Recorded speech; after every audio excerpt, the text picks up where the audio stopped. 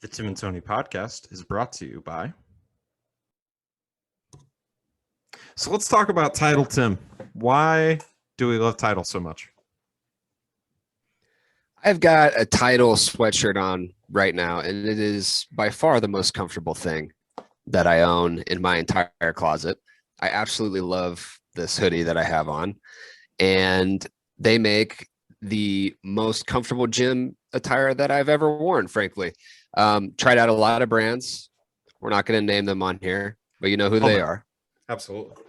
And these guys make by far not only the most comfortable feeling clothing, they make the best looking clothing.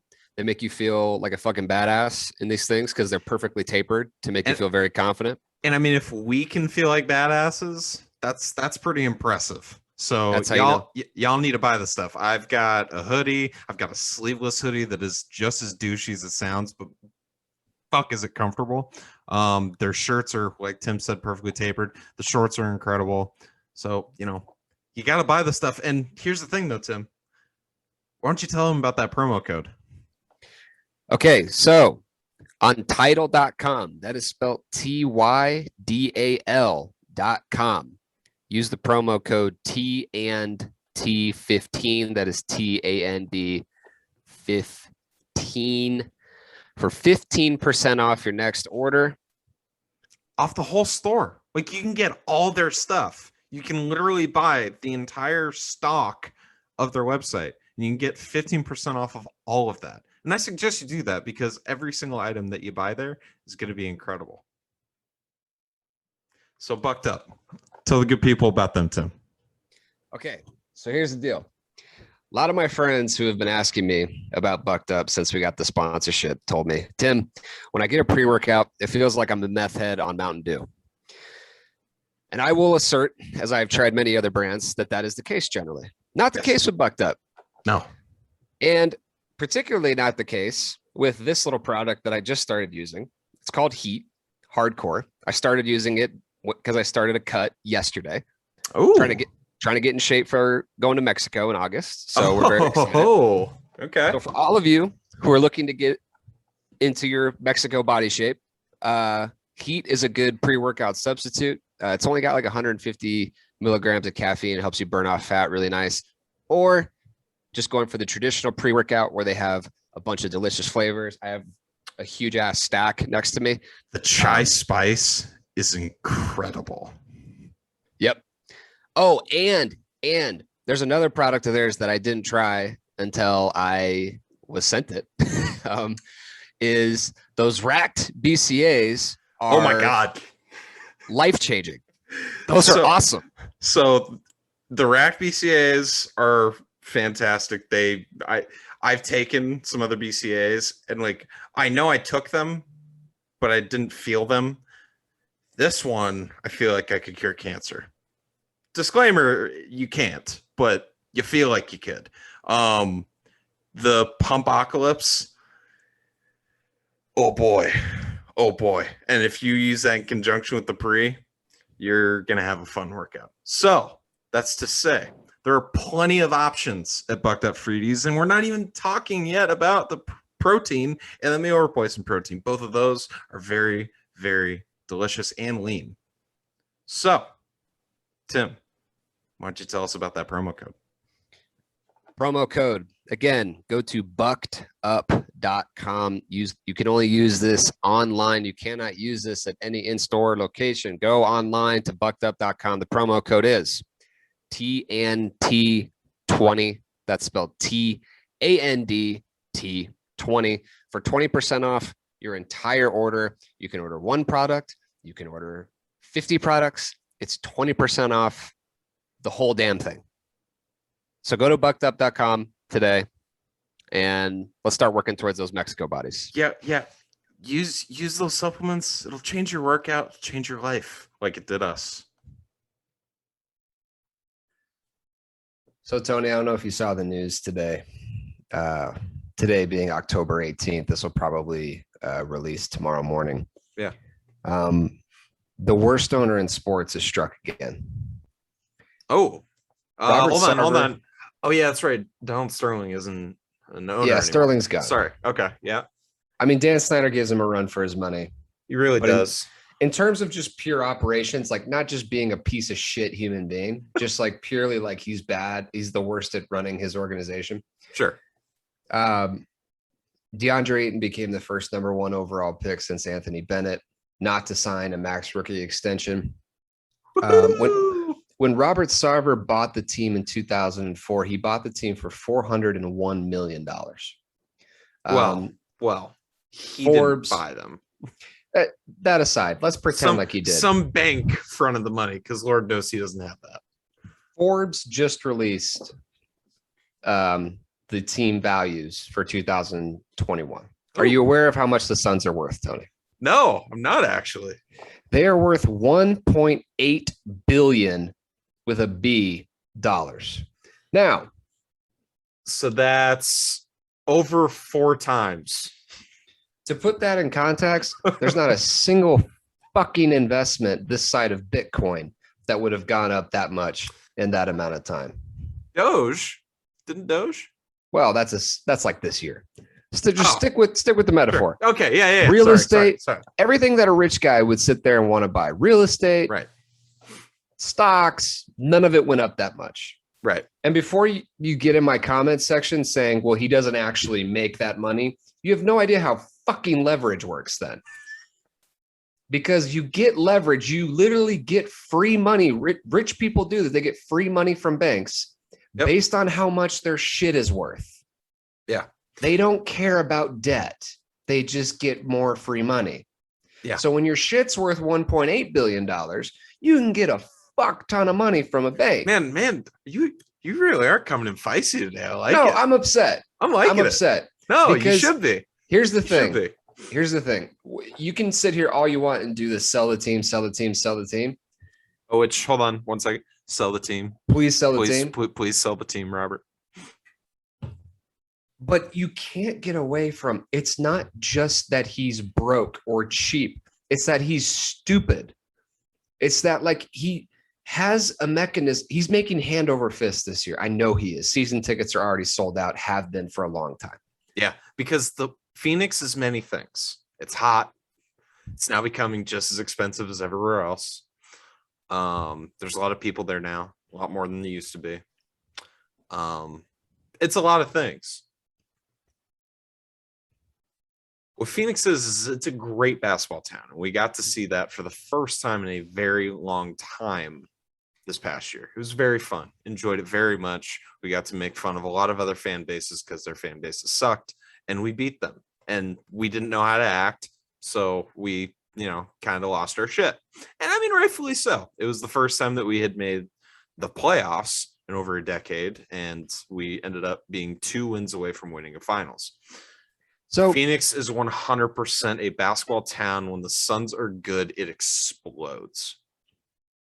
I mean, this goes back to like the Nash days where he'll spend money on like the top 2 guys.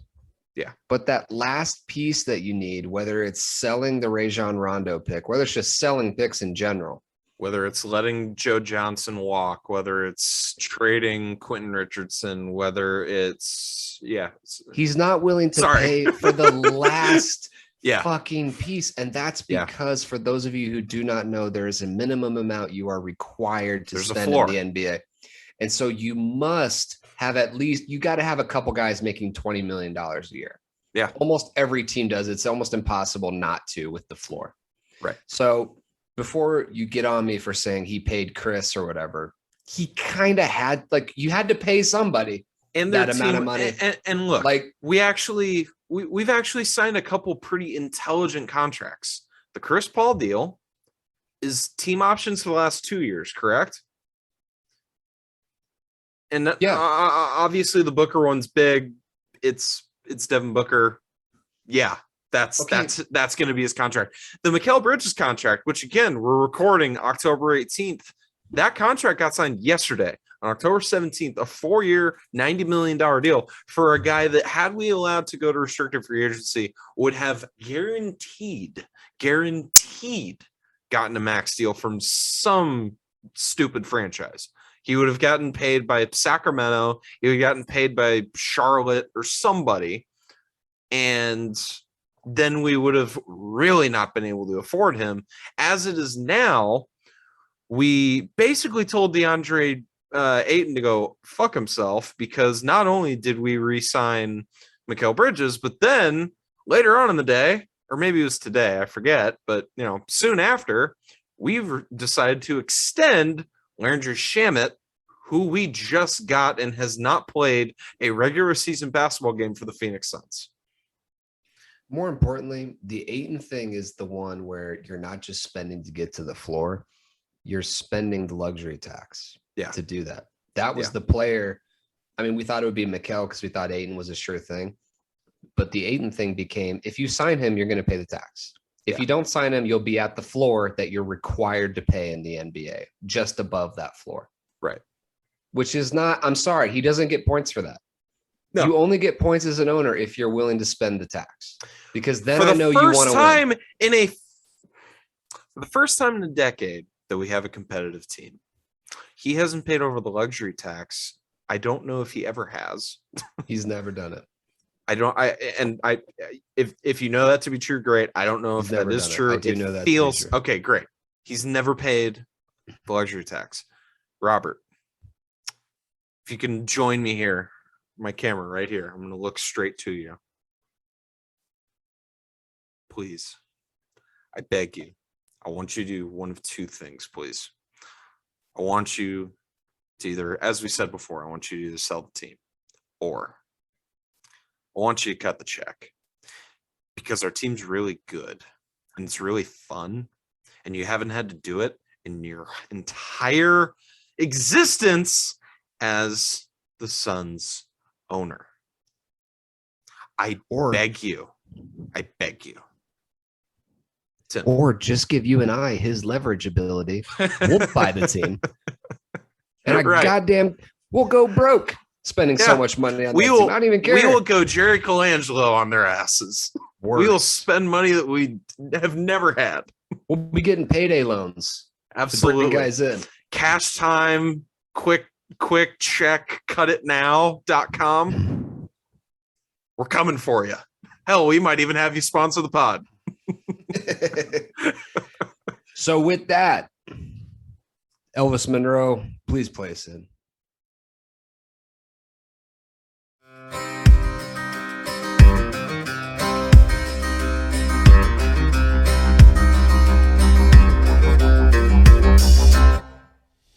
In a crowded room, somewhere in town. Tony, we're back. Yep. We're back to our roots, more importantly, with this podcast. We really are. And by the way, for our video watchers, for our viewers, as some might call them, there's going to be some light that's coming across my glasses. It's because currently, as we're recording, there's an American League Championship Series game going on, as well as Monday Night Football. So the devoted, and Tim's putting on the glasses. Well, I felt left out. Yeah, Tim's putting on the Rachel Maddow glasses. I love it. You look great. I want to tell you about a new book I just wrote. Oh, great. Well, that's why we had you on. That's good. And then obviously the Monday night game.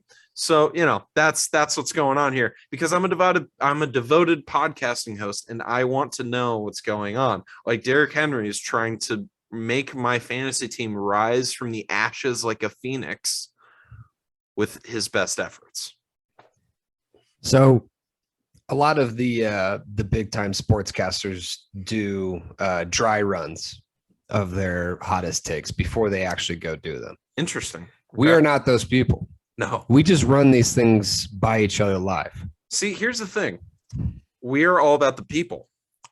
The people don't want dry runs. They don't. The people want genuine reactions. That's why we very rarely now actually talk about anything during the day. Whereas, we would normally have very long text chains about everything that's going on. Now we don't, because we're saving it. So this is for you guys. So, Tim. I'm trying out this take on you. Okay. I think this is the year of the glaring weakness athlete. Here's what I mean by that. Okay. Giannis is great. He has one of the biggest glaring weaknesses that we've seen a superstar have in my lifetime anyway. I mean, like in terms of an MVP this side of Westbrook, he has the most glaring weakness. Westbrook Of didn't win an MVP. Well, he was voted the MVP. He didn't win an MVP. Come on.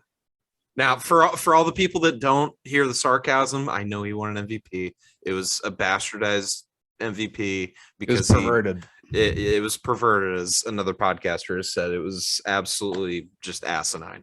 But no, Russell Westbrook, in my head canon, no MVP. When I look at Lamar Jackson right now, I think of a lot of the same things. Okay. With every single athlete, even the great ones, there's always that 10% of them that you just can't stand dealing with. For Mikael, for his early age, it was hero ball. Gambling? Oh, sorry. Oh, wow. Drugs. No, he wasn't. He was the only one not doing cocaine in that room. Absolutely. Is what he wanted us to believe. Yeah. With LeBron early on, it was his shooting.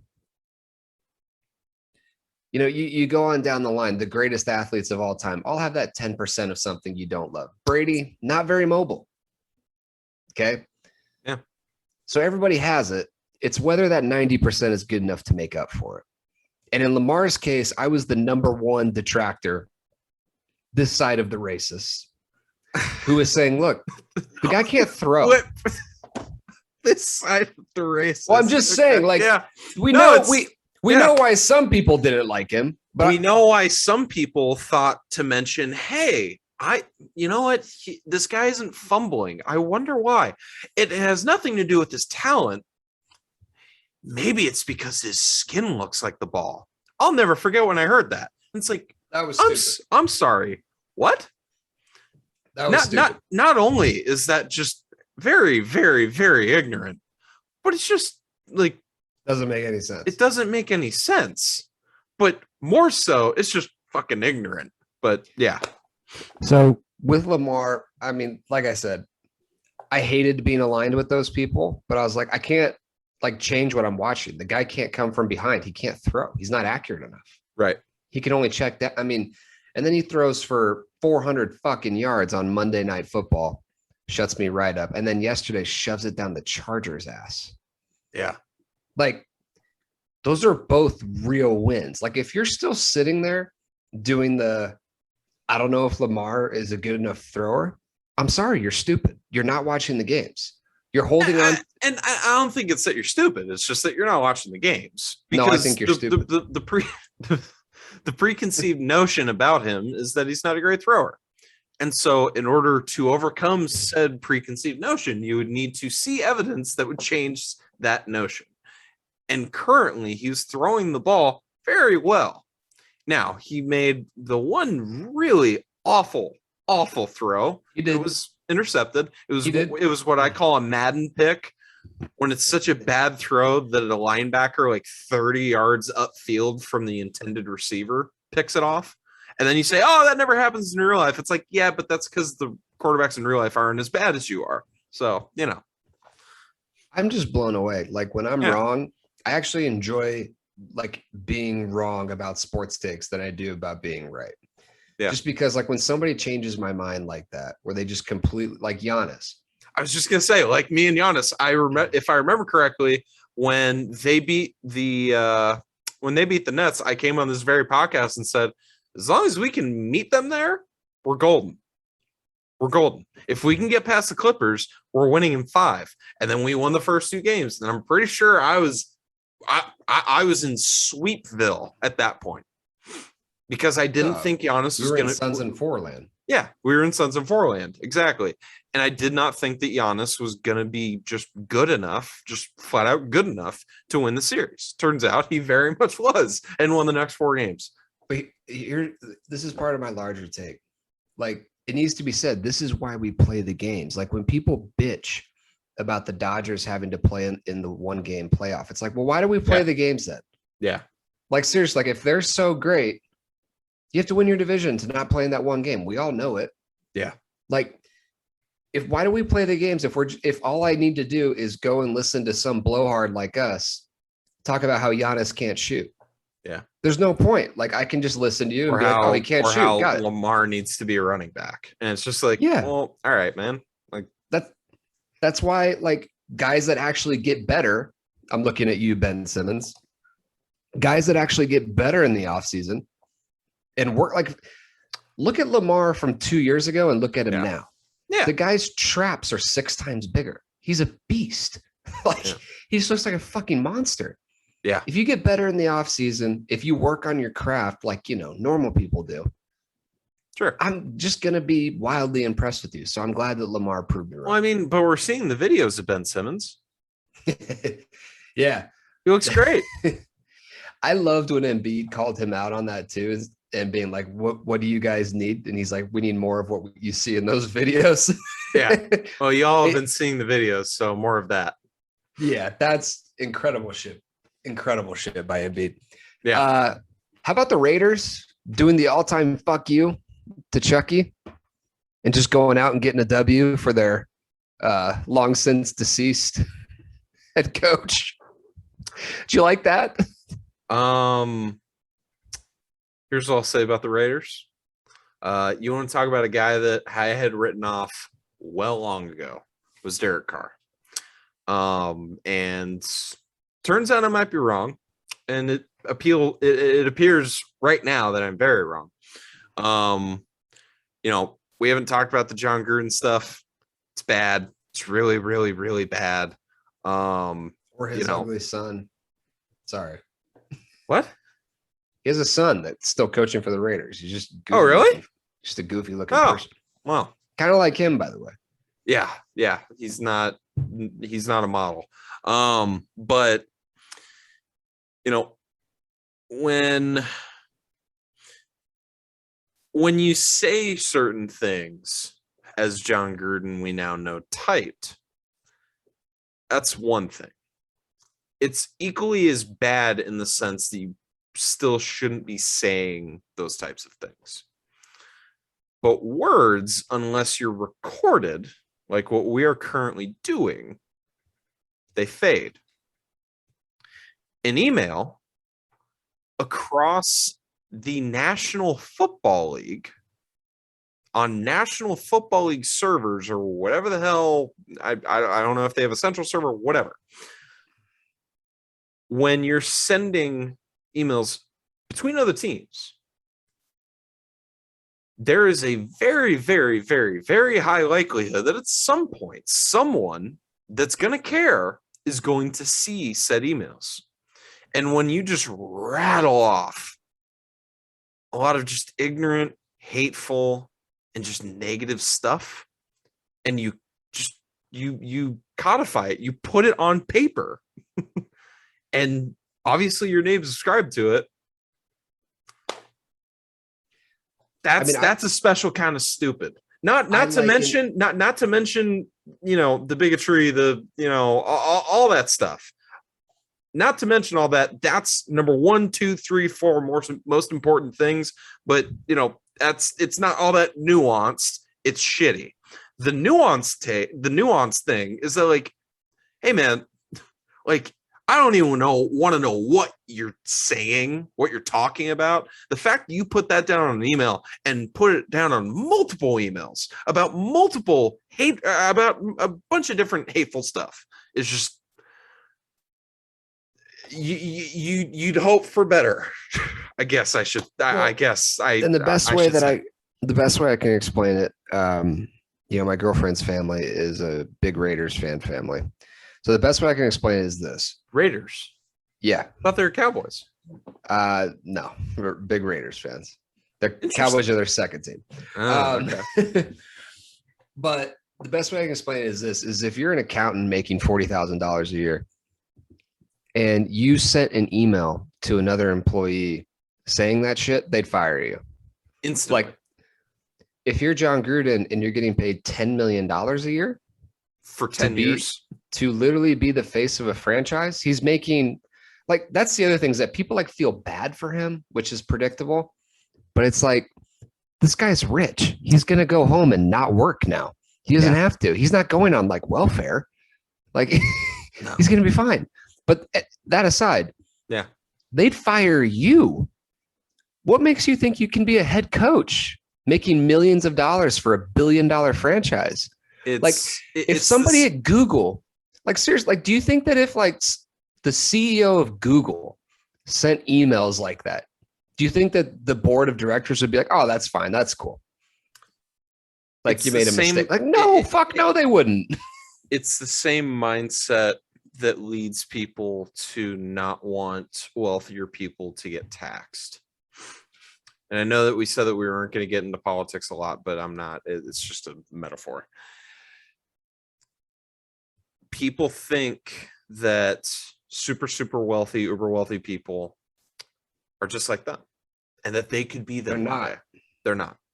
But because a lot of people see them as like a normal person, when they see them losing a job, oh, you never wish for someone to lose their job or whatever.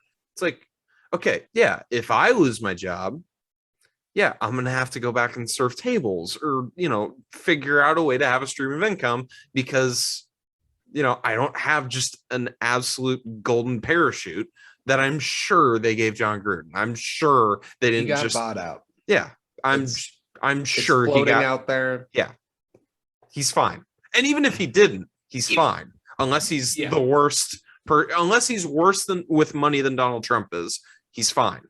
Unless you deserve it. Yeah. Unless, or someone did something horribly, horribly, horribly wrong in your finance department. But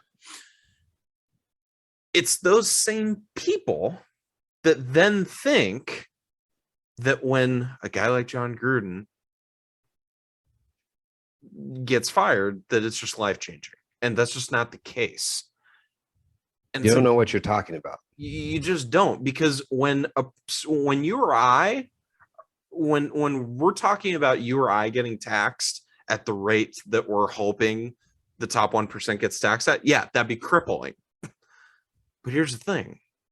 It's not for them. It's not.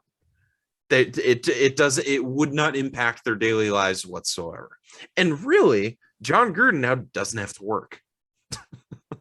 Well, and that's correct. And I mean, the Chargers coach, I know that I'm not like being unique in saying this, Brandon Staley, where he comes out and says it's an honor for somebody to call you coach. It's like, yeah, like when you think about it, like if you're going to be in charge of 50 something, if you're going to be the head of a company, which John Gruden essentially is, if you're the CEO. Well, not even that. There's only 30 jobs available. Yeah, that's it. You can't, 30. Like, I'm sorry, like it kind of goes back to Aqib Talib was talking about, I think he was talking about Jamarcus Russell. I can't remember who he was talking. I think it was Jamarcus Russell. He's like, when he was a rookie or whatever, he would come out to the clubs with us and I would just be sitting there like, you're not supposed to be where I am. Like, so that's what I think of when I think of like John Gruden. It's like, obviously nobody should be using that type of language or speech. But when you go, like maybe you give him a second chance, that was a long time ago, etc. Yeah. It's like, no, you're a head coach in the NFL. You're not supposed to be like the rest of the fucksticks who say stupid things online. Yeah. Like you're just not. It's like, I need you to be better. You know what? As the president of the United States, you have some extra responsibilities to say or not say certain things that I don't have. I'm not an important person in the world. A very finite amount of people know who I am. A not very finite number of people know who the president is. A not very finite number of people know who the head coach of the Las Vegas Raiders is. And that just brings with it extra responsibility. It just does. And that's how the world has always worked, by the way. When you have a more powerful position and you make that kind of money, when you do shit like that, there are consequences. People are saying like, oh, he got canceled. It's like, well, no, he got fired for saying some dumb, hateful shit that his employer didn't like. And that his employer, who is a public good, they have to care about that because of the fans. So like, it's not that like the Twitter mob came for John Gruden, which I'm sure they did. That's not why he got fired. He got fired because he said hateful shit in writing, and his employer decided to relieve him of his duties. That's what happened. It would happen to any of us. It would happen to any of us, and it would happen with much less grace and subtlety than the way that the Raiders did it. Yeah. And there's not really much else to say. Yeah, that's the thing. I think that let's and I wasn't even planning on saying anything, but yeah. Anyways, the other that was to say Derek Carr thought he was bad. That was the connection. Was that thought he was bad. Turns out he's actually pretty good. And I honestly thought that after this coaching change, we were not going to see it was just going to be a disaster. This might be one of those like, oh, a new coach is in, there's some new energy, we're going. Like, remember when Dan Campbell first came on for the Dolphins and they like killed whoever they played? It was great. And then the next week they proceeded to lose a bunch of games and all that stuff. So that might be what this is, but all we know is that the Raiders have been playing very good this year. And ethics, morality aside, I've always thought that John Gruden was just a straight up bad head coach or football coach anyways. So maybe he's not responsible for the success. Yeah, maybe. I mean, going to the other team in the AFC, has anybody ever like lost more public cachet in a 20-point win than the Chiefs did? I mean, they literally won the game 31-13. And if you go on fucking Twitter, you would think that they lost that game by 20 points. Like, people are starting to write notes on Mahomes' gravestone. They started leaving flowers. Like, it's not even really like creating the tombstone. It's like, no, he's been dead. We're leaving flowers. We're pouring one out for him, remembering all the good times. It's just over in people's minds. I mean, my quarterback killed him. Well, I did want to talk about that. I hate to say this. And there's a history of it.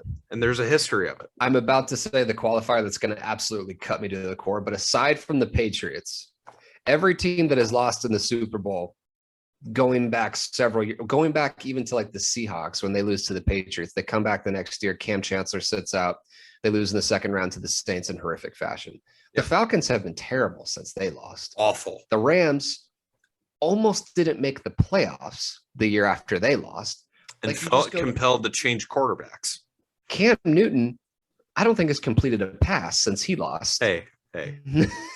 I'm just like, there's a long history of you go back and the team that gets all the way there and loses. It's really fucking hard. Well, it's just mentally, I mean, obviously not speaking from experience, but I mean, from all the interviews and everything, it's just so mentally draining.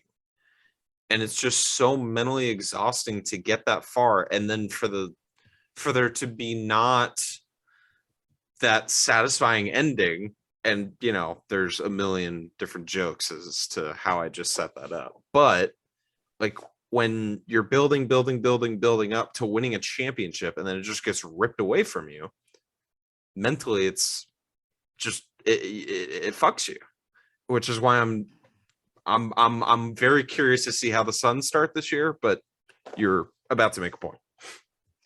No, I mean, I think this team is ultimately going to be fine. I think one of the things that gets kind of swept under the rug is Andy Reid's had a hell of an offseason. I mean, his son killed somebody, for God's sake, like in a driving accident. Like, people are expecting. Allegedly, though, right? Currently, I think he's pled on it. I mean, I'll get research on it. Yeah, yeah. But because I mean, don't want to get that wrong. Well, yeah, but I mean, the biggest, I'm pretty sure he got charged at least. Right. Yeah. So it looks like the trial date's been set. He has pleaded not guilty. He was involved in a major car accident that killed a 5-year-old. He crashed into the back of 2 cars. Which in the personal injury world, Yeah. So There's a But I'm lot just- that you can glean from that. But when that happens to like your family member, especially somebody who you're coaching with every day, Yeah. there's no way that he had a normal off season. Like, I'm No. sorry, there's no way he was completely focused on. Even when he tried, he couldn't be. Yeah. So I think that this slow start can be attributed to any number of things: disease of Moore, Super Bowl hangover, similar. Mahomes. It's simpler. They have a bad offensive line.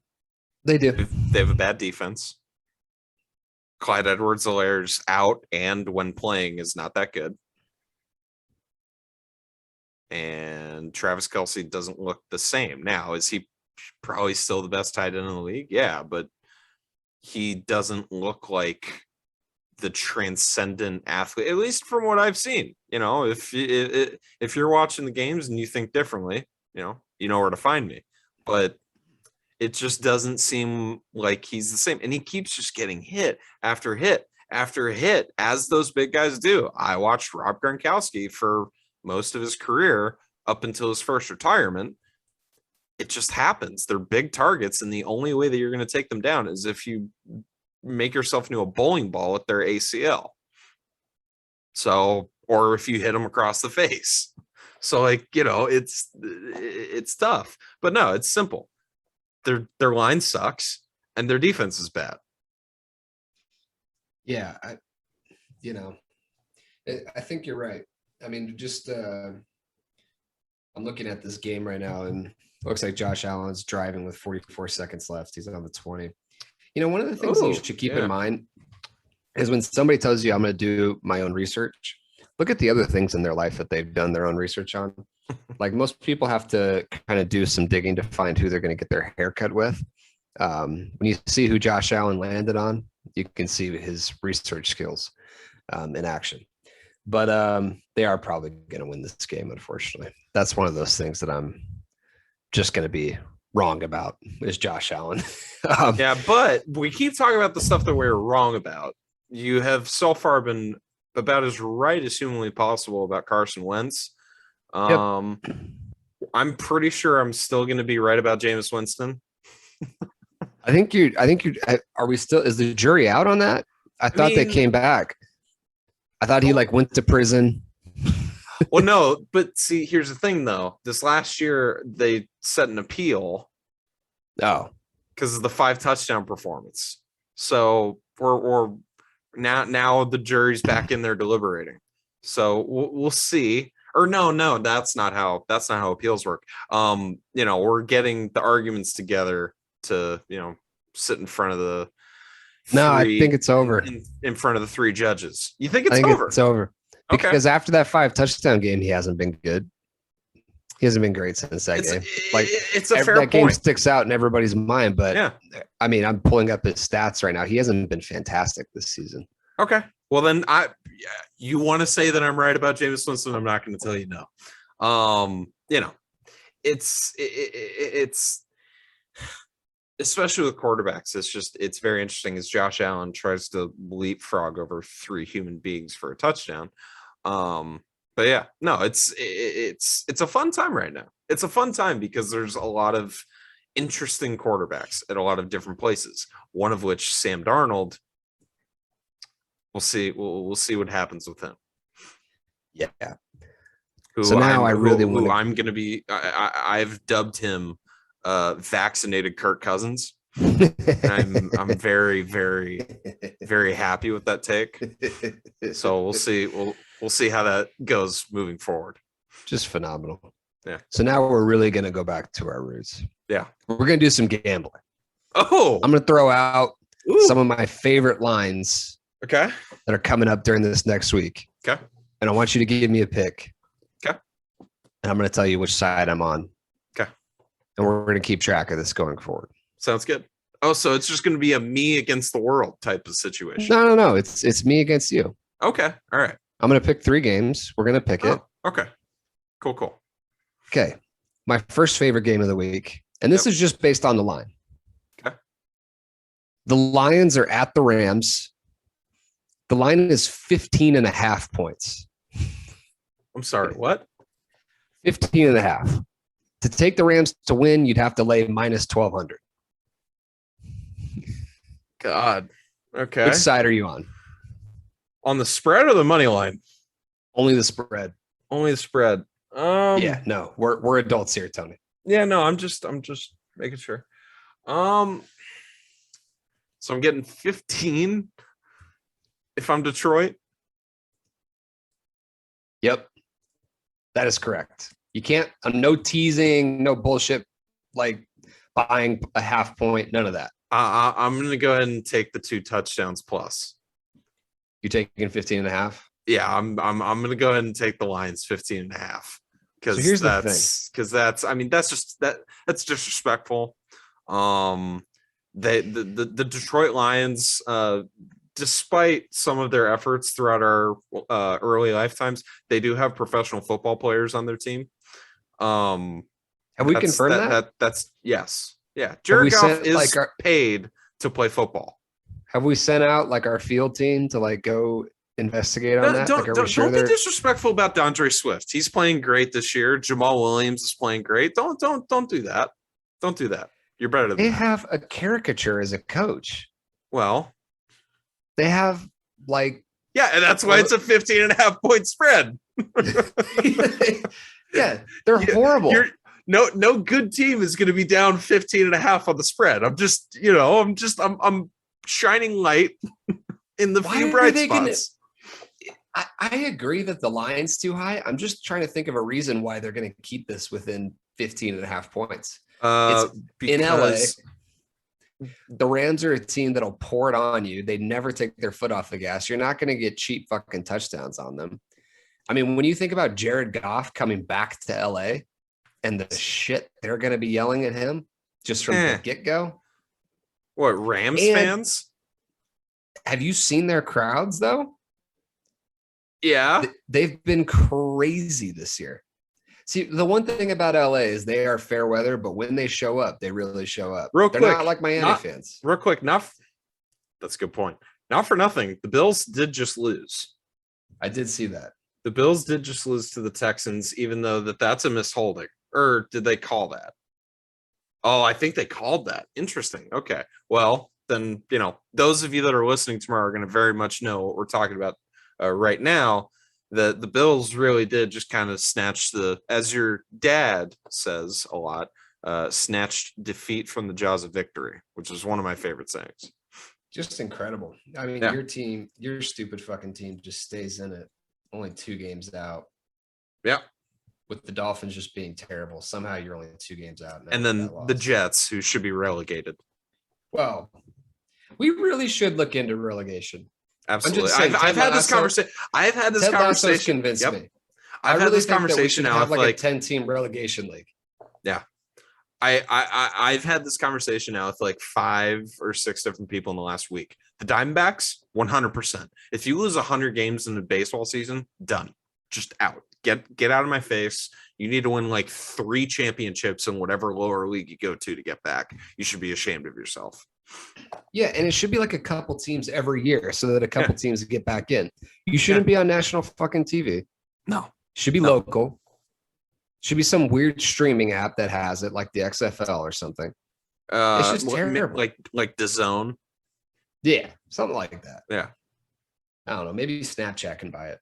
Ooh. Derrick Henry's incredible. Derrick Henry is incredible. He is. He wasn't incredible enough to save me because I was, down 100 going into tonight's game. But, it is what it is. So here's the thing. I know Sean McVay's an offensive coach. Yep. But if anybody's going to know how to just tear Jared Goff limb from limb, it's him. And so I'm going to go ahead and bet that this game is just ugly. It's just a horrendous, ugly, gross game. It's not a bad bet. And I'm going to take the Rams minus 15 and a half. Okay. I don't feel great about it. You shouldn't, because that's just a huge ass line. It's a huge ass line. That's why I wanted to do it. That's why I wanted to do it. Yeah. I wasn't going to do the other huge line because we talked about my team for the whole pod last time. So I'm not doing that one. Right. By the way, for those of you who don't know, the Cardinals are favored by 17 this week. So stay tuned. Where are they playing? Houston. At home. Oh. Interesting. So It's a come home game for Hopkins and JJ Watt. Interesting. no, it's an AZ. Oh, it's an AZ. Okay. Yeah. Gotcha. Okay. I mean, we've been on the road like basically every single week. We've only had 2 home games. We're through 6 weeks. Is Cliff going to So- be on the sideline next week, or do we know? I don't know. Does Here's he the need to thing. be? Colt McCoy might be able to be an offensive coordinator for USC. I made that joke on Twitter, You did. and You did. I was very proud of that one. Okay, so we've talked about Cliff before, and then then we can get off the Cardinals. Do you actually feel more confident or less confident with him out there? I think the first series of the game where there was a botched snap, a couple holding calls, and Kyler still threw just a ridiculous touchdown pass. Yeah. Was emblematic of our team in general. I think Kyler is as incredible as people are starting to realize he is. I think he's a lot better than that. He is covering up a lot of shit right now. I think that it obviously matters who his coach is, but I think at this point, I don't know that he'd be undefeated with like me coaching, but he'd be pretty damn close. Because the other thing is that he was calling plays at the line and kind of doing his own thing offensively. So, Anyways, we'll see. Next line. Next line I want to force you to pick against your team because it's the only correct call. The Jets are at the Patriots. Ooh. Patriots are -7. You're a touchdown favorite. Against the Jets. Yeah, against the Jets, but I'm saying you're a touchdown favorite. Great. Patriots, baby. Mac Jones. I don't think you understand how much I enjoyed yesterday's game. We lost. Yeah, sure. The most important thing that happened in that game, and allow me to take a trope that CNN used about 127 times during the Trump presidency. Mac Jones became the Patriots quarterback on October 17th, 2021. Did he? He did, because what he did is he went up against, statistically, I think the second best offense in the league. And a couple plays here, a couple plays there, we win that game. And it was not because of our defense. Our defense played mediocre. Mac Jones played that good. Given the team that they were playing against, I will give them mediocre. I will give them that curve help. I will. Doesn't make me feel great, but I will give them the help.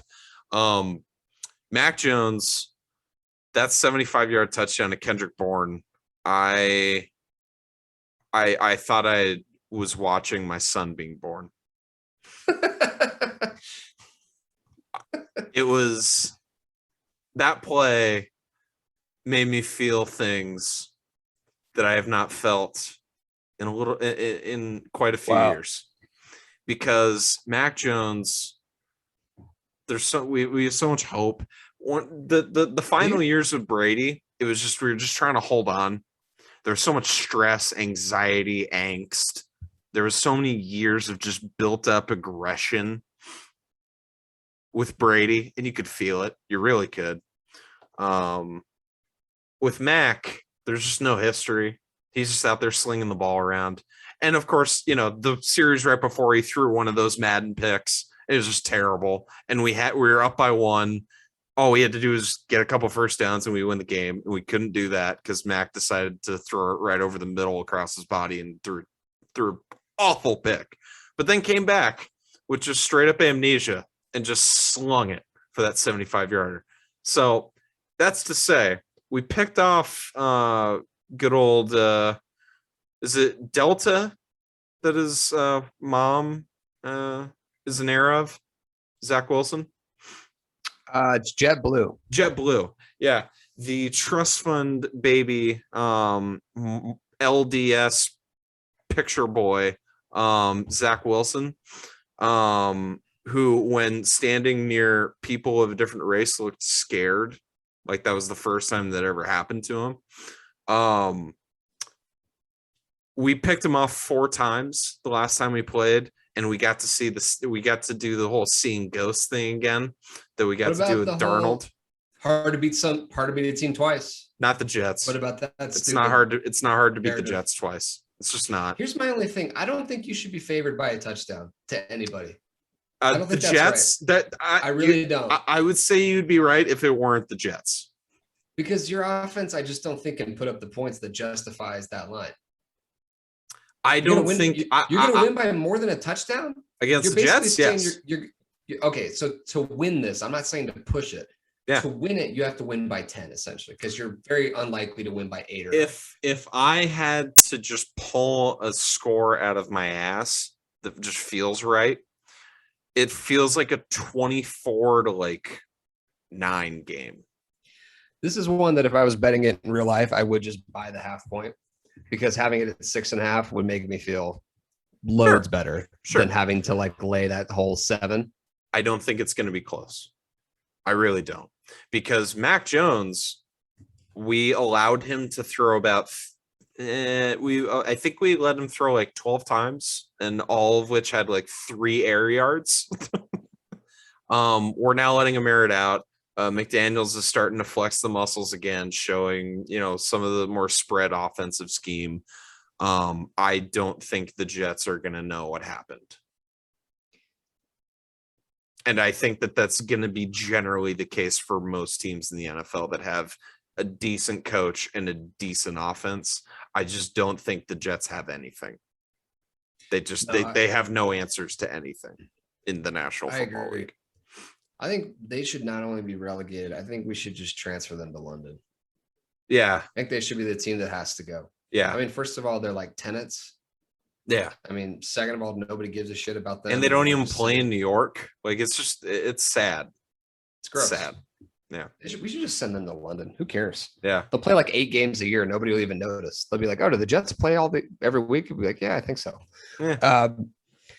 The third, I'm picking the Patriots as well, but I don't feel good about it. I don't like it. Okay. We're gonna have to modify this game going forward. We're gonna have to pick 3 lines that we each like and come back. We're still learning, everybody. Like we said earlier, we don't workshop shit. We're working out the kinks. We come on here, we give you guys our best effort, and we hope that you enjoy it. And hopefully there's a little bit of comedy in doing something that, I mean, I like the segment. I do. But it needs tweaking. It just does. And we'll figure it out. This is my next favorite line of the week. Okay. Because it just reeks of something being wrong. Okay. The Ravens are home for the Bengals. It's probably the biggest game all week. Okay. The Ravens are favored by 6.5. And I don't know why and they're at home. And I don't know why this line isn't 7. I don't understand it at all. Oh, okay. I think they're trying to screw me with this. Would you like me to tell you why it's not 7? I'd like you to try. Because Joseph Burrow, I've heard of him, is actually pretty fucking good when he doesn't get killed by his offensive line, which he's going to in this game. Which he might. Which he's going to. That's my point. There's a decent chance, but the Ravens pass rush isn't bad. I mean, they're not fantastic. They're not as good as the brand would suggest that you're. It's not as good as say the Patriots pass rush, because we got Matt Judon from them. But it's they're fine. They're good enough. Jamar Chase is awesome. Joe Mixon, violent tendencies aside, seems to be hitting his stride. Pun kind of intended. But Joe Burrow looks great. He looks very confident when he's not stumbling around like Daniel Jones after getting smacked in the face. When cognizant of his surroundings, he looks great.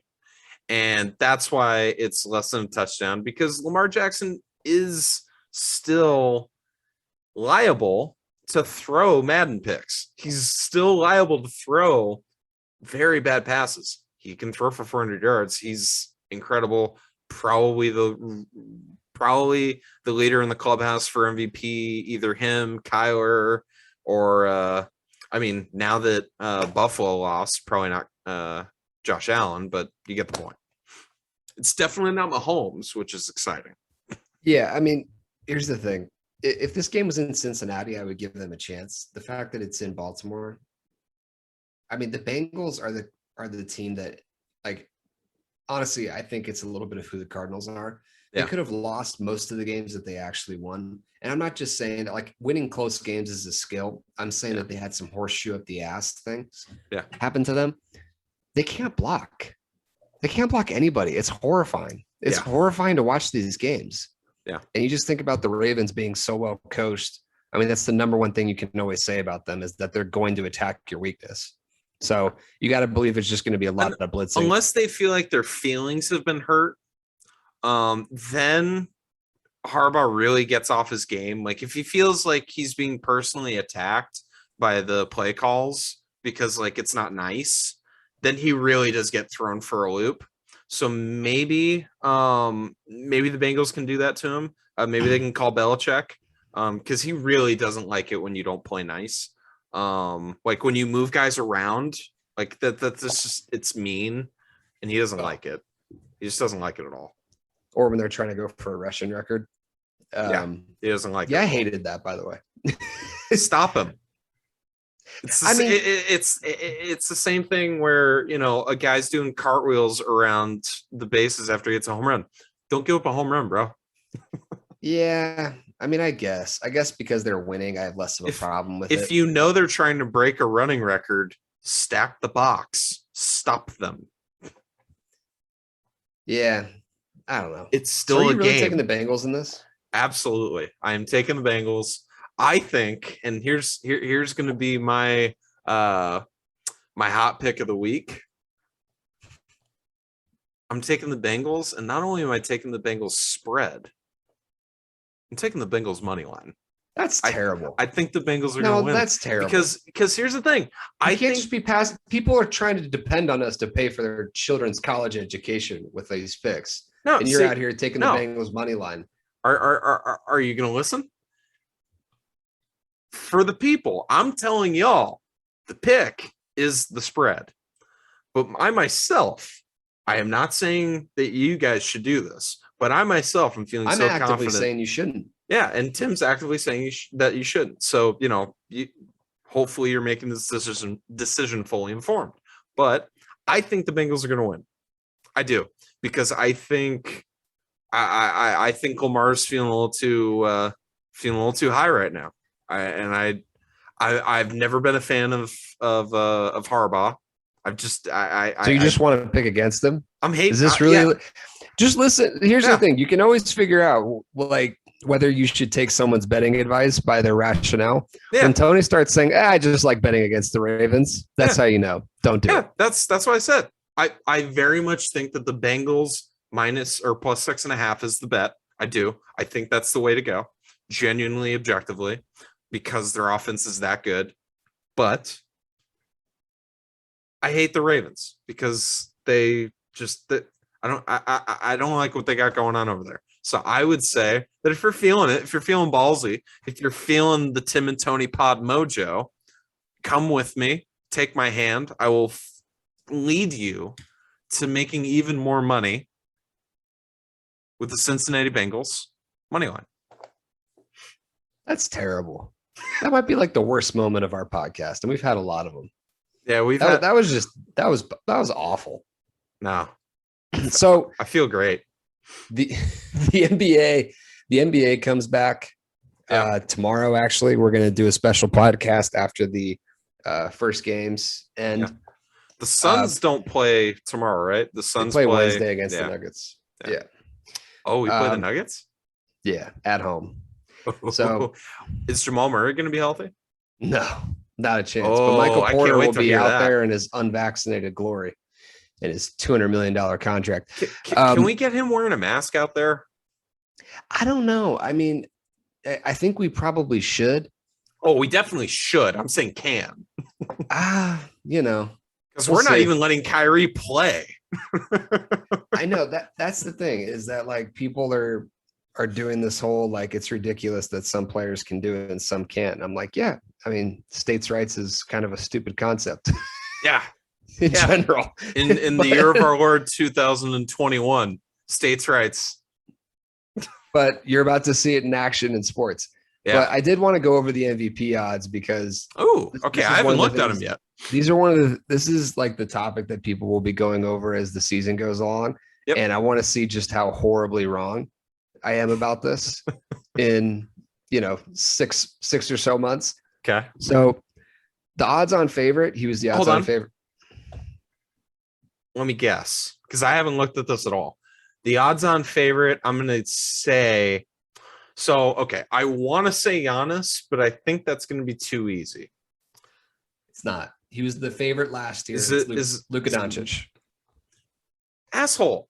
That's who I was going What to I was say. gonna say? What I was gonna sit here all day waiting for you to guess it. I was about to say it, Betting, but like now the people will never know. no, we all know that's sitting here watching Tony just say the top 15 NBA player names is not why people come here. Doncic is 4-1. That's really low Yeah. from MVP odds. Yeah. Giannis is Preseason. second after people saying that he would never win another MVP. He's second best odds at plus 650. That seems I would imagine that's Vegas anticipating where the money's going to go. so. I'm just gonna go through the top 5 and then I'm gonna do the fun ones. Yeah. This is the one that if you take it, you're either from Philadelphia or you have like a drug Embiid? abuse problem. Really? Embiid is third best at 7-1. Why? That makes no sense to me. Why? I think they Can I actually have a short that? chance to miss the playoffs. Can, I really do. Can we get Michael Burry on the phone and see if we can get Credit Suisse or someone to write me a short for that one? Yeah, is there any way that we can bet him not to finish? Can we in just the bet top the 5? field? Yeah. Can I just bet? Can I bet him not to be like first team? I don't even think he's going to be first team All NBA. I don't either. I mean, the thing with Embiid, and this just goes back to one of my many sports prejudices. I don't like fat athletes. I don't like athletes that can't stay in shape. Okay. I don't like athletes that like the biggest problem with them is that they can't get their eating right. Never. It's always rubbed me the wrong way. Never been Yeah. a fan. Something about it, it being your whole job, being a multimillionaire to stay in shape. What do you say about Chris Paul finding that out at like 36? I say that since he's been on my team, he's been great at managing his diet, and he's got a new plant-based company, I believe, or some He does. bullshit. So we're all about Chris here. And that's exactly the same answer that I would give. So good job. Kevin Durant is fourth, same odds as Embiid, 7-1. Steph Curry has the same odds, 7-1. Goes down Lillard 12-1, Jokic 15-1, LeBron's 16-1. Devin Booker has the 10th best odds, plus 2,000. Trae Young also has plus 2,000, and then it gets a little stupid. I mean, you start going down. Zion is plus 4,000. He might miss half the year. So I don't know that I can do that in good faith. LaMelo Ball. You know what is he's not plus- missing though. LaMelo's plus 15,000. So You know what Zion's not missing though. what? The milkshakes? He does play at Smoothie King Arena or whatever the hell they're whatever their he's having place is called. smoothies. I think he's just having pure unadulterated. No, he's having having a milkshakes. certain popular smoothie place that makes like 1,200 calorie drinks. I'm talking I think he's that kind of smoothie. I think he's just having milkshakes. Like, I think he's just That- going to that- get a chocolate that's shake si- from In and Out. That side by side is just scary. Yeah, it's It's not is- great. In 2 years, it's just not great. But in his defense, it needs to be said that he's had, knee problems, ankle problems, foot problems, has. which that means you're not going to be doing cardio. and he's in one of the best food cities in America, so that is tough. Yeah. But besides that, I think I think it could be stress eating. He's had a lot of dysfunction going on in his organization since he's got there. Yeah. His group is already leaking that he wants to be traded out of New Orleans, which is incredible. Maybe we can trade Ayton for him. I doubt it. we can't afford him either. I think honestly, I can't believe Kyrie's on here. I really think that like if you're looking What? for, yeah, Kyrie's like plus 4,000. So okay, so he's the Michelle Obama to win the president. I have a better one though. I mean, Huh. if you're betting that, you just have he's not going to play half the games.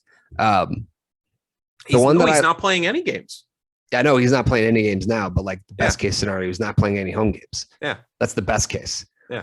The one that I like is a long shot because I just want to start there because it's fun. Okay.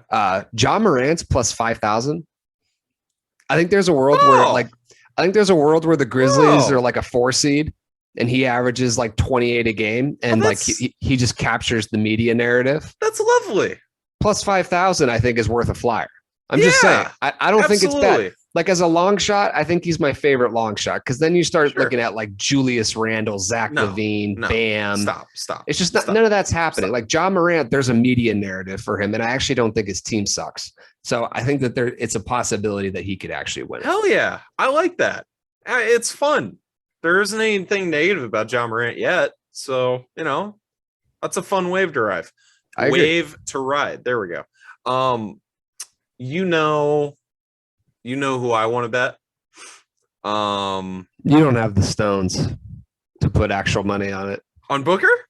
Yeah, you don't have. I'm just telling you now. Tony will not bet this. He will recommend to you all to do it, but he will not go on and put his own money on it. Don't worry. He just won't do it. I'll do a screen cap of it. We'll be fine. We'll do a screen. It won't be his. It'll be a screen capture of somebody else doing it. Okay. All right. It's Y'all happening. know we've It's seen. happening. Because here's the thing. Chris Paul, and I'm not even saying this because I'm a Suns fan. Look, I'm going to make the case. Chris Paul's a year older, which means he's not going to carry as much of the load, in the words of Cliff Booth. He's going to take more of a back seat because now we know we can get there. We need Chris Paul to be healthy or as healthy as possible come playoff time. We need that. Devin Booker is ready to fucking go. I don't know how much of the Team USA stuff I don't know if you caught any of that. He looked great. He had the new haircut, more agile, more aerodynamic. He and Kendall, they're doing great. Seem to be very happy. I've heard. The dog, I always forget the dog's name, but he's doing great. I keep seeing pictures of him. He's doing fantastic. Devin Booker's getting on the national NBA commercials now. I mean, it's been the summer of Devin Booker in my house. How much does he have to score in order to get the MVP though? Because he's not going to fill it up in any other category. He's gonna break 30 this year. Okay, but is that enough? Because Harden's going to break 30. Yeah, but nobody likes James Harden. No, I'm just saying. And plus he's got KD on his team. And we're probably gonna like strand Aiden at sea, so we're not gonna have his production. Mikael, though, he could be the reason why Devin Booker doesn't get it. But I think we're gonna see a 30 points a game from Devin because I think Chris Paul's gonna be doing a lot less. And I don't know. I think Devin Booker's coming out of here confident. I think that last playoff run, he's it's a different poise in the interviews. He looks great. And I'm excited because there isn't another player in the NBA that really had this much of a change in fortune within just a single year. Can I interest you in Ben Simmons at plus 20,000? You cannot. You cannot. I can't believe. I think it's actually kind of insulting that De'Aaron Fox has the same odds as him. That seems mean to me. It's not. No, it's not. Doesn't seem right to me. The Kings are going to win 18 games this year if they're lucky. You might be right. They are the Kings. I forgot about that. Ben Simmons can't shoot. Out of the favorites, though, I'm just trying to figure out. Like, I don't like any of the top five. No, that's like I'm not in love with any of that. That's why I'm saying Devin Booker's the move because he's the only guy that is going to be able to run the narrative. Because Jason that's Tatum's what you need. plus 2,200. No, stop. That's pretty. Stop good. it. We've got. How does Jason Tatum have worse odds than Booker? We've got Brad Stevens, CEO now. Who knows how that's going to work out? I mean, no, Russell Westbrook plus 2,500. no, stop. You just hurt my eardrum by saying that. Don't do that. That's ridiculous. I don't know though. Like if Russ gets like traded to the Knicks or something mid-season and just kind of goes off, like is the narrative strong enough to pull it through? No, it's not, because we got fooled once. We got fooled once, and now he's not even in his athletic prime, because I mean, ever since COVID, he has not been the same athletically. He just hasn't. And I'm not actually making fun of him. I have spent many a time making fun of Russell Westbrook on this podcast. That is not something I'm making fun of. He just looks different now. And that's what a lot of guys happen. That's what has happened to a lot of guys. Happened to Cam Newton. I had to intimately watch that train wreck happen.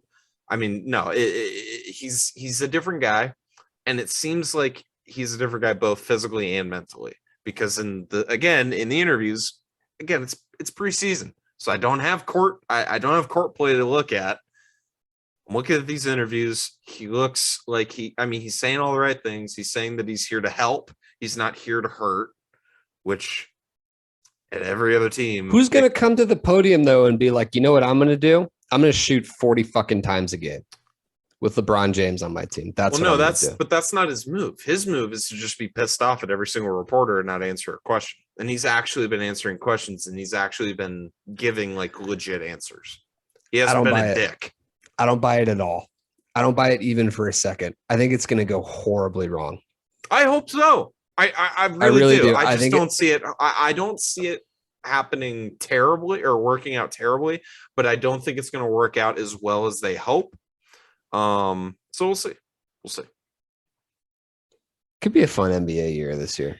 It's a lot of parity. I do think it's going to be a fun NBA year. But no, I think Devin Booker is going to be awesome. I really do. I really do. So who are you taking? I'm trying to think of who I want to do for my. I think Tatum plus 2,200 actually might be my play. You suck. I think that might be it. Because at least he's going to, I mean, if he's right, he's going to play good defense. He's going to get 8 boards a game. Yeah, you know what wins MVPs is defense.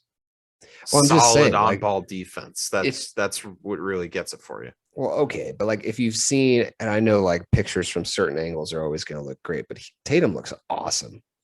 Yeah. Oh, like he looks like he put on a solid 15 pounds of lean muscle. Whatever body fat percentage Andre Iguodala's been at, that's what Jason Tatum's at. He looks great. We'll see. I'm going to take Tatum. I'm going to sprinkle a little on Ja Morant. Yeah. We'll sprinkle together. We'll sprinkle together. Yeah. Like a little parsley that you just put right on top of the mashed potatoes. Absolutely. Garnish. Yeah. Absolutely. All right. With that, Tony, are you on social media? Can the people follow you and your goings on? I actually am. So it's at tfelix3412. We keep promising there's going to be some auxiliary content off of these pods.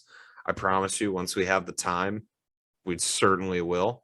So then you'll be checking out my TikTok, tfelix3412 1. So yeah, and then Tim, last time we heard, you'd been kicked off of Twitter. I was kicked off of Twitter. You got an update for us? I don't know what happened. I mean, I'm trying to look it up from my burner account to see if it's still there. Yeah. I mean, apparently it is. I'm looking at it right now. I just can't log on to it apparently, which is unfortunate. So much like your AT&T account. Yeah. Well, which, by the way, can I take a moment?